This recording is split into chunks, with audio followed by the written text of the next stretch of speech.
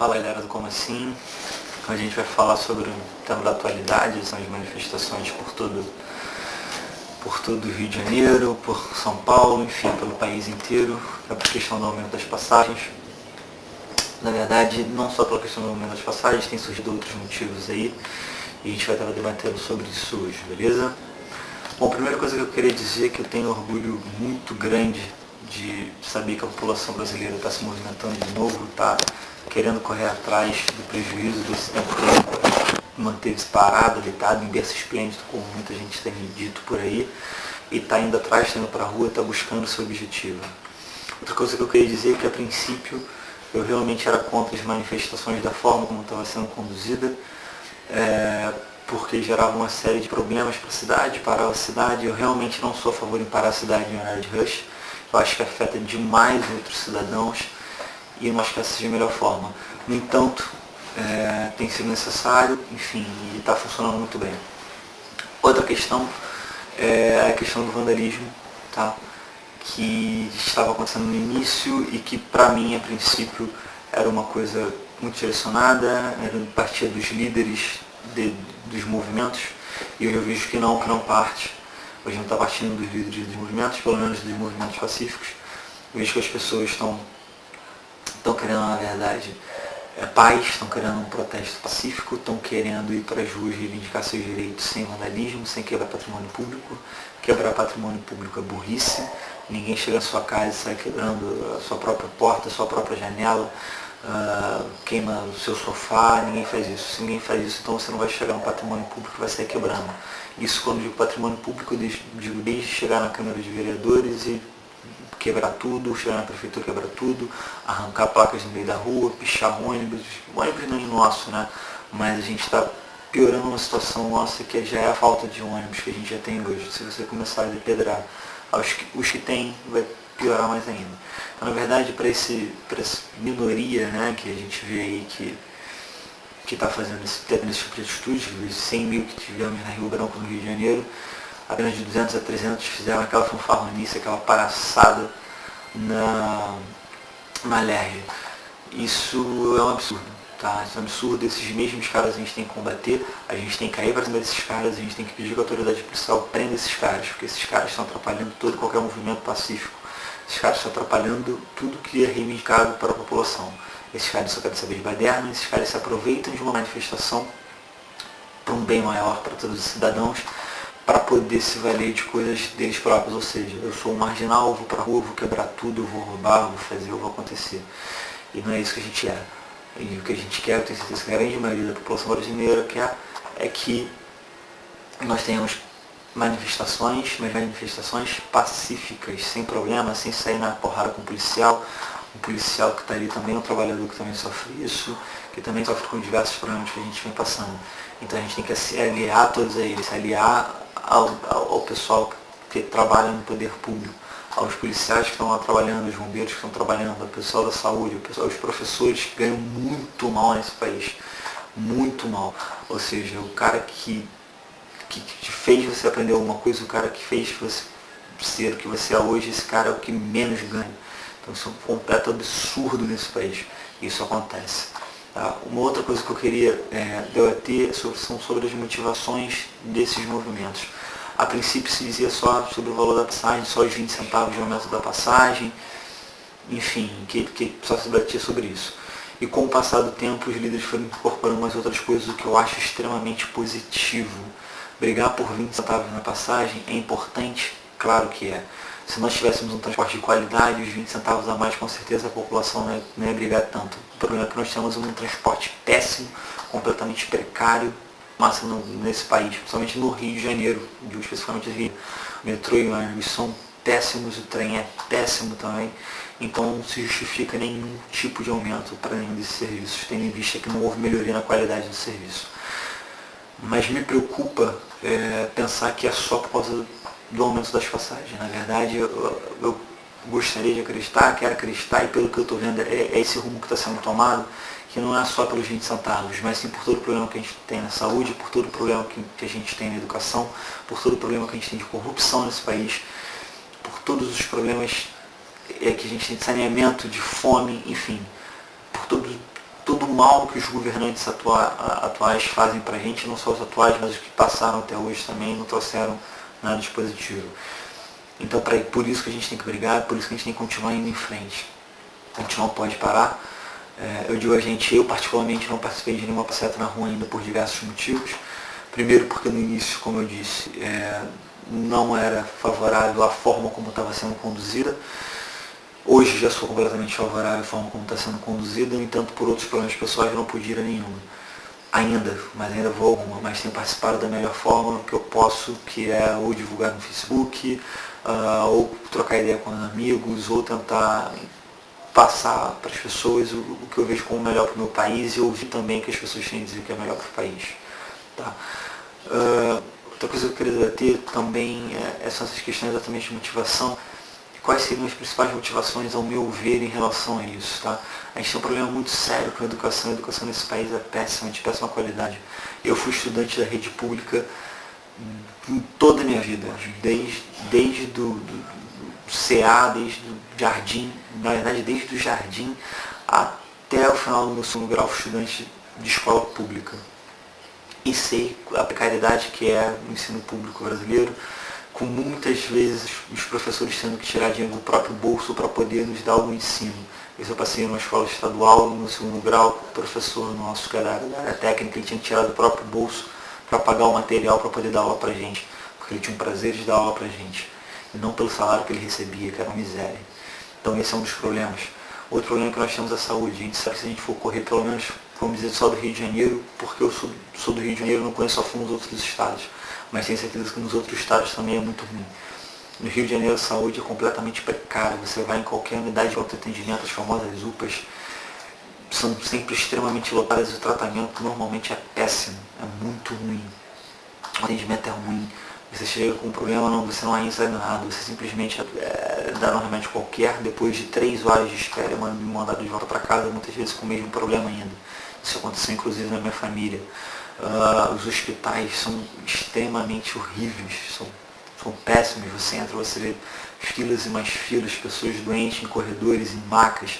Isso eu também pude presenciar em algumas oportunidades que eu tive aqui em hospitais públicos. Saneamento básico, a gente vê que em muitos lugares ainda o saneamento básico é péssimo. Você passa, por exemplo, aqui no Rio de Janeiro, você vai para a Baixada, que não é muito distante da minha casa, que mora na Zona Norte. Você vai para a Baixada, você vê que falta muito saneamento básico, esgoto a céu aberto, uma série de problemas também. Outra coisa que a gente tem que estar para ser aprovada agora, está para ser votada agora no Senado, se não me engano, na Câmara dos Deputados, a PEC 37. A PEC 37 é a lei da impunidade, todo mundo sabe disso. Ou seja, limitar o Ministério Público de vigiar esses caras, de investigar eles, de correr atrás pra gente, de proteger o povo. A gente não pode deixar que essa lei seja aprovada. Então a gente não pode deixar que isso aconteça de forma alguma. Então a gente tem que continuar manifestando, tem que continuar em cima para que esses caras não consigam aprovar essa PEC, que é de total interesse deles e não da população. Eles foram eleitos por nós, para que eles nos representassem e não representassem a si mesmos. E a gente precisa exigir que eles nos representem de forma correta. E se não nos representarem, que saiam. Nós temos que exigir saída. Outra coisa que eu também gostaria de enfatizar nas motivações é que mensalão, ninguém falou em mensalão. Todos aqueles que foram condenados, já são condenados de mensalão, nenhum deles foi preso. Se nenhum deles foi preso, a gente precisa brigar, a gente precisa partir para cima, a gente precisa ir em cima desses caras e cobrar do judiciário, não só do poder legislativo, como a gente está brigando com os polícias, a gente precisa cobrar do judiciário que execute, que esses caras sejam presos, que eles sejam punidos, que todo esse dinheiro que eles roubaram seja devolvido, que não é só ser preso e pagar pelo crime, ficar 3, 4 anos lá e boa conduta e sair novamente. Não é isso que a gente quer. A gente quer que esse dinheiro seja devolvido para a população para ser investido melhor. É isso que a gente precisa. E muita gente morreu de fome, muita gente morreu de fome por causa desses caras. Toda essa roubalheira que ocorre no país, muita gente morreu de fome. Se a gente for no Nordeste, a gente sabe, a gente vê diversas situações aí, tem amigos que nos comentam muito isso, que muita gente passa fome. Não precisa ir muito longe. Se a gente for numa comunidade qualquer no Rio de Janeiro ou em São Paulo, você vai ver que tem muita gente que continua passando fome e vive em situações extremamente precárias, em barracos mesmo. Então não vamos lutar só pelos 20 centavos da nossa passagem das pessoas de classe média. Não vamos lutar só pela saúde da classe média, só pela ou só pela educação da classe média. Vamos lutar também para aqueles que são menos favorecidos, aqueles que não têm tanta voz, aqueles que são mais ignorantes e às vezes não têm poder de pensamento que as pessoas mais esclarecidas têm, que universitários como eu, como você pode estar vendo, ou pessoas formadas, ou pessoas que têm um grau de instrução maior, tiveram maior acesso à educação, possam migrar. Essas pessoas, infelizmente, se contentam com Bolsa Família e continuam votando nos mesmos caras, porque eles recebem lá miseráveis 100, 200 reais por mês ou por cada filho que eles têm. Isso é absurdo, a gente precisa acabar com isso. A gente precisa chegar nessas comunidades e instruir esse pessoal. A gente precisa dizer para eles a verdadeira realidade e não ficar aceitando que eles são ignorantes e a gente tem que excluir. Não, é inclusão. É incluir essa galera na nossa manifestação, trazer eles pra gente. Os políticos conseguem levar votos desse pessoal, a gente também consegue trazer ele pro lado da gente e esclarecer um pouco mais eles. E é isso que a gente precisa fazer. Eu tenho um vídeo falando de todas essas questões, uma das questões da saúde, eu tenho um vídeo que eu próprio filmei dentro do Hospital Getúlio Vargas, no Rio de Janeiro. Eu tive que ir até lá porque ele sofreu um acidente de carro e minha noiva teve um trauma na cabeça e teve que ser atendida no Getúlio Vargas, hospital público. Eu estive lá e eu pude filmar um pouquinho de um dos corredores do Getúlio Vargas, do absurdo que é a saúde pública nesse país.